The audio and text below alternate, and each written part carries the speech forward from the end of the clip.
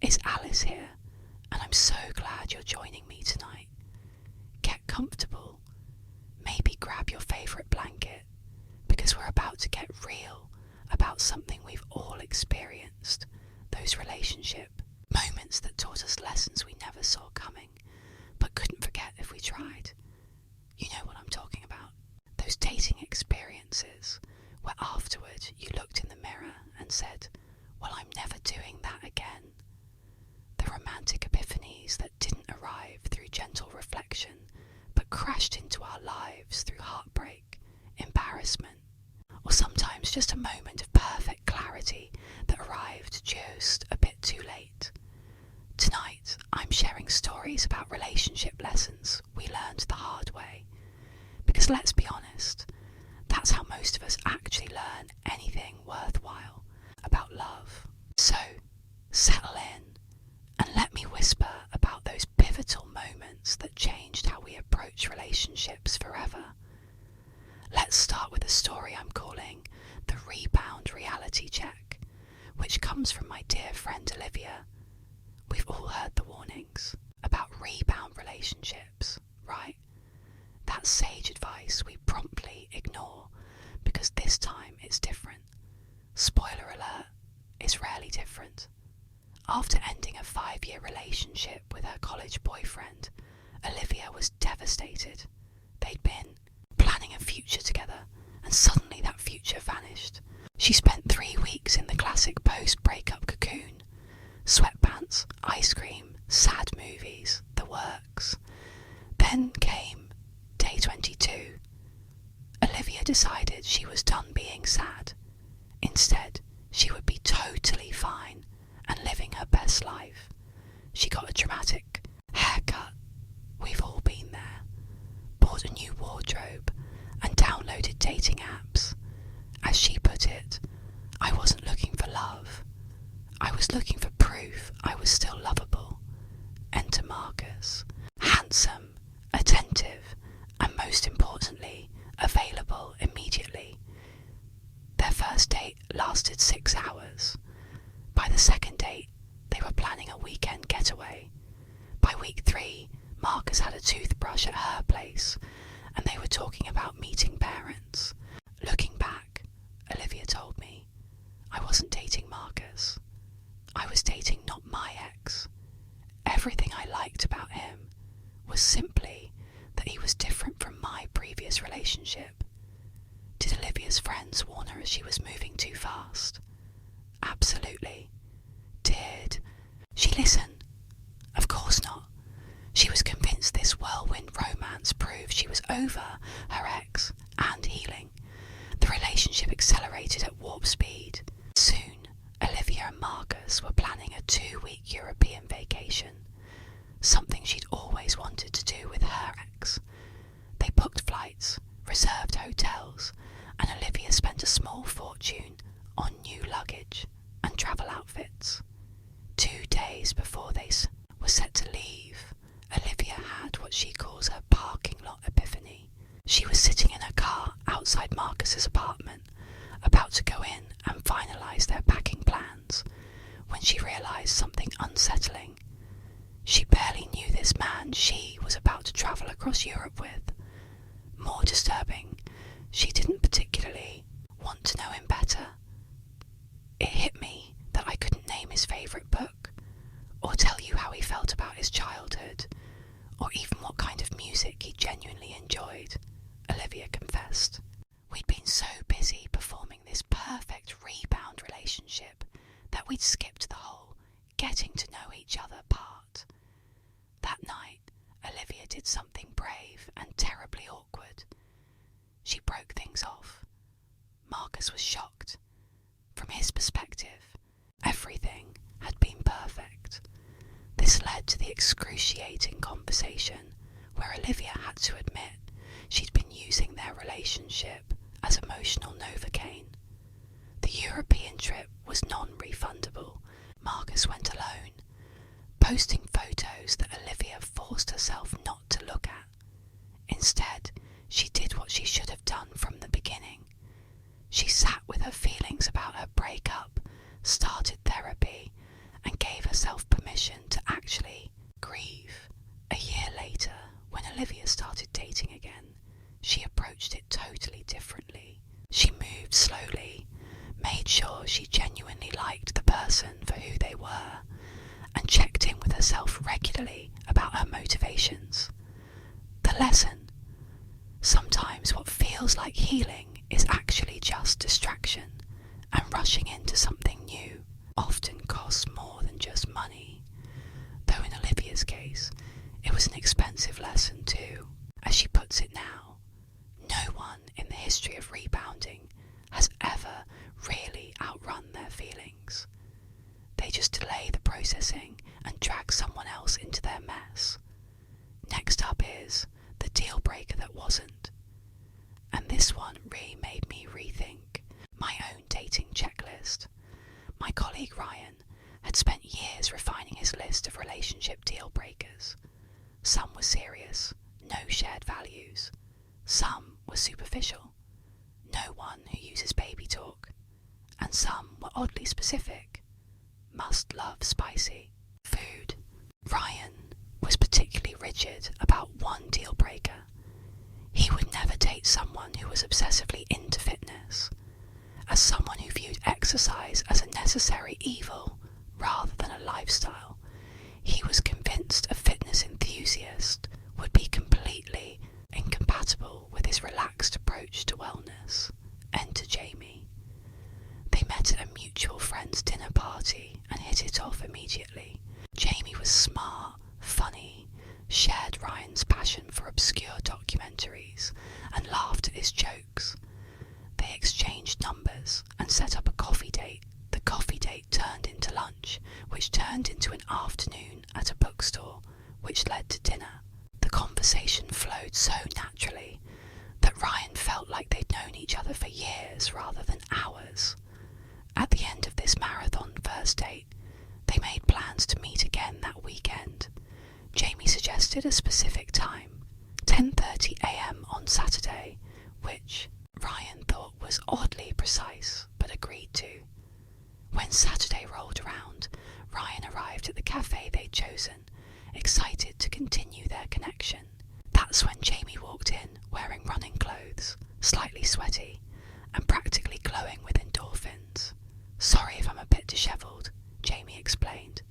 "I always do a 10k on Saturday mornings. It's my non-negotiable me time." Ryan felt a twinge of disappointment. This person he had connected with so wonderfully was, horror of horrors, a fitness person. As they talked, it became increasingly clear that exercise wasn't just a casual hobby for Jamie. It was a central part of their life. They did triathlons, woke up at 5 a.m. to train, meal prepped high-protein foods, and could talk at length about optimal heart rate zones. By all rights, according to Ryan's carefully curated deal-breaker list, this should have been the end. But something strange happened.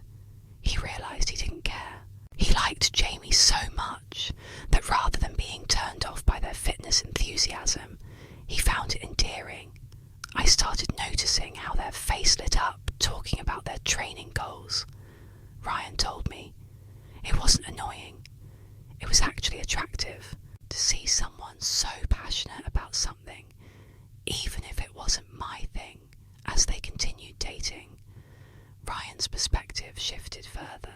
While he never developed a burning desire to run marathons, he found himself enjoying occasional hikes with Jamie.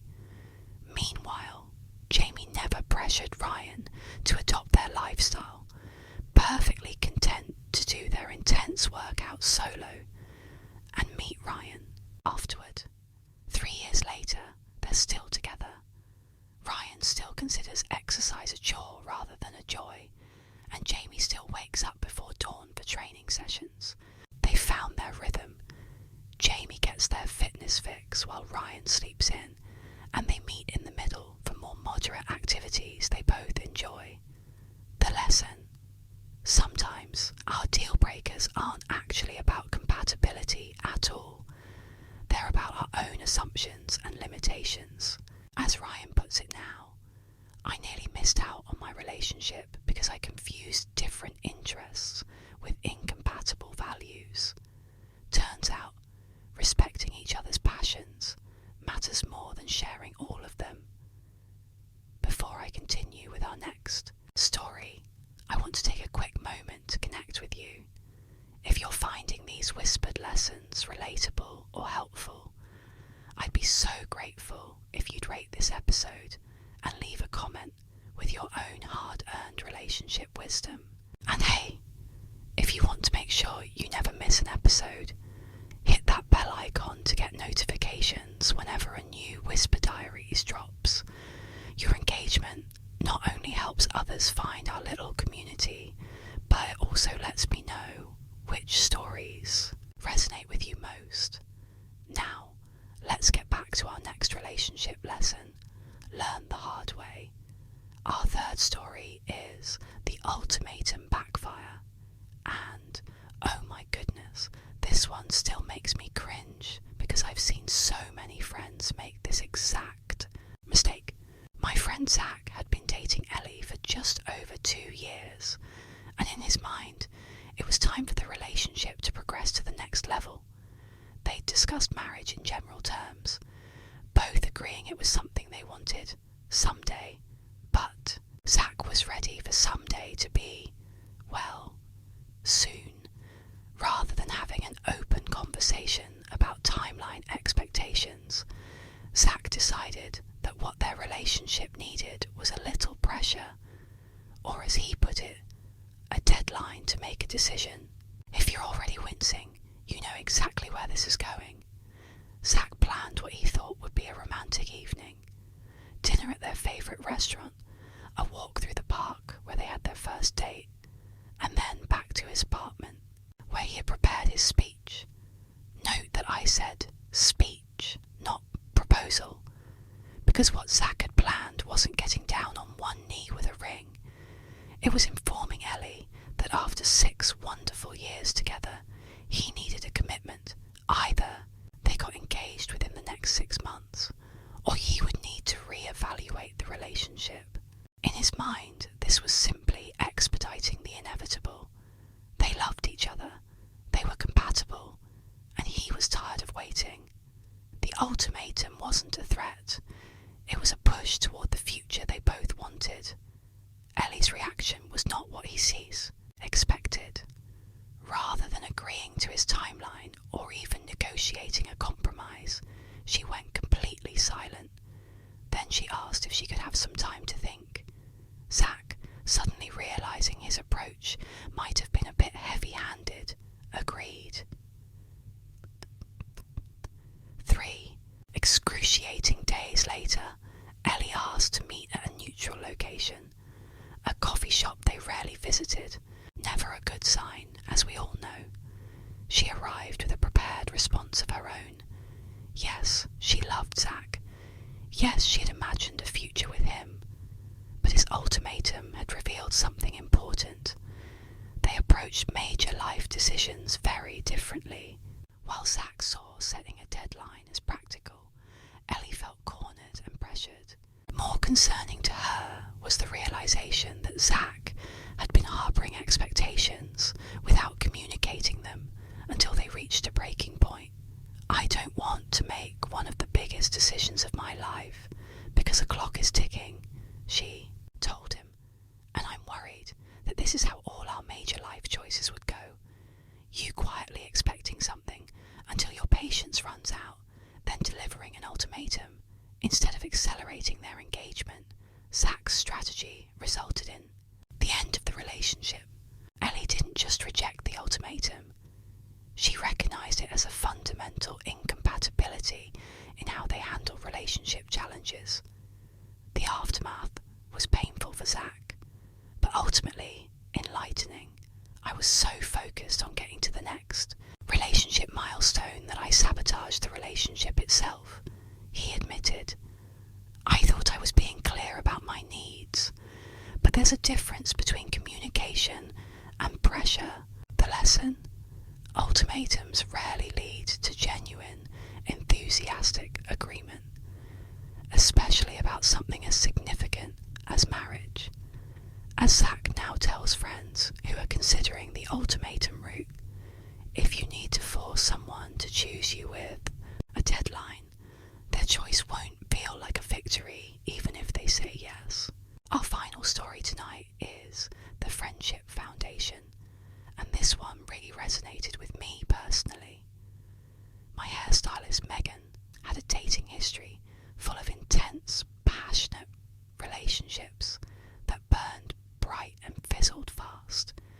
Each followed a similar pattern: instant chemistry, all-consuming connection, and then a dramatic implosion around the 6-month mark. After her 4th consecutive relationship flameout, Megan noticed something troubling. When each relationship ended, she realised she didn't actually like her ex-partners as people. The physical attraction and romantic intensity had masked the fact that, personality-wise, these weren't individuals she'd choose as friends. I'd be heartbroken about losing the relationship, Megan told me. But when friends asked if I missed the actual person, the answer was often no. I missed how they made me feel in the beginning, but not their day-to-day company. This revelation led Megan to try a different approach. When she met Chris through a cooking class, there was no immediate spark or butterflies. Instead, there was easy conversation, shared interests, and genuine enjoyment of each other's company. They began spending time together without putting a label on it, cooking meals, going hiking, attending concerts for bands they both enjoyed. For the first time, Megan was building a connection based on actually liking someone rather than being infatuated with them. 3 months into this friendship, Megan realised something had changed. She looked forward to seeing Chris, not because of the excitement of new romance, but because she genuinely enjoyed his company. She valued his perspective, respected his character, and felt completely comfortable being herself around him. When their relationship did eventually turn romantic, it followed a completely different trajectory from her previous experiences. Without the pressure of intense early passion, they built something sustainable. Disagreements didn't turn into dramatic blow-ups because they actually liked each other enough to work through problems respectfully.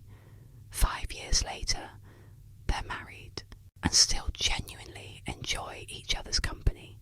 As Megan puts it, the passion comes and goes.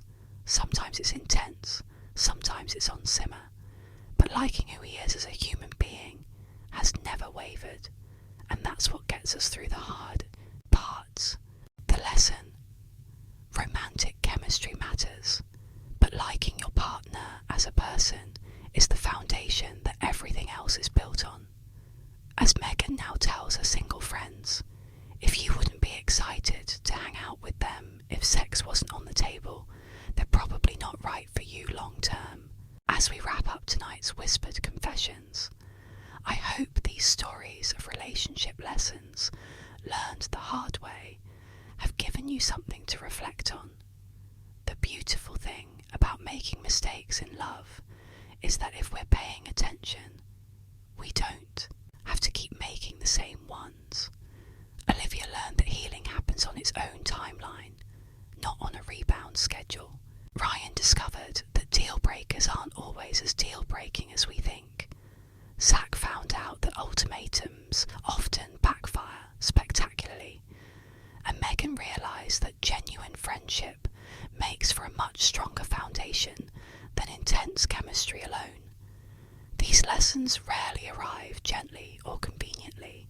They tend to show up after heartbreak, embarrassment, or difficult realisations.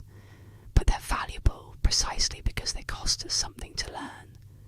Before we part ways tonight, I want to thank you for spending this time with me. If these stories resonated with you, would you take a moment to rate this episode and leave a comment sharing your own hard-earned relationship wisdom? And if you don't want to miss future episodes, hit that bell icon to receive notifications whenever new Whispered Confessions drop.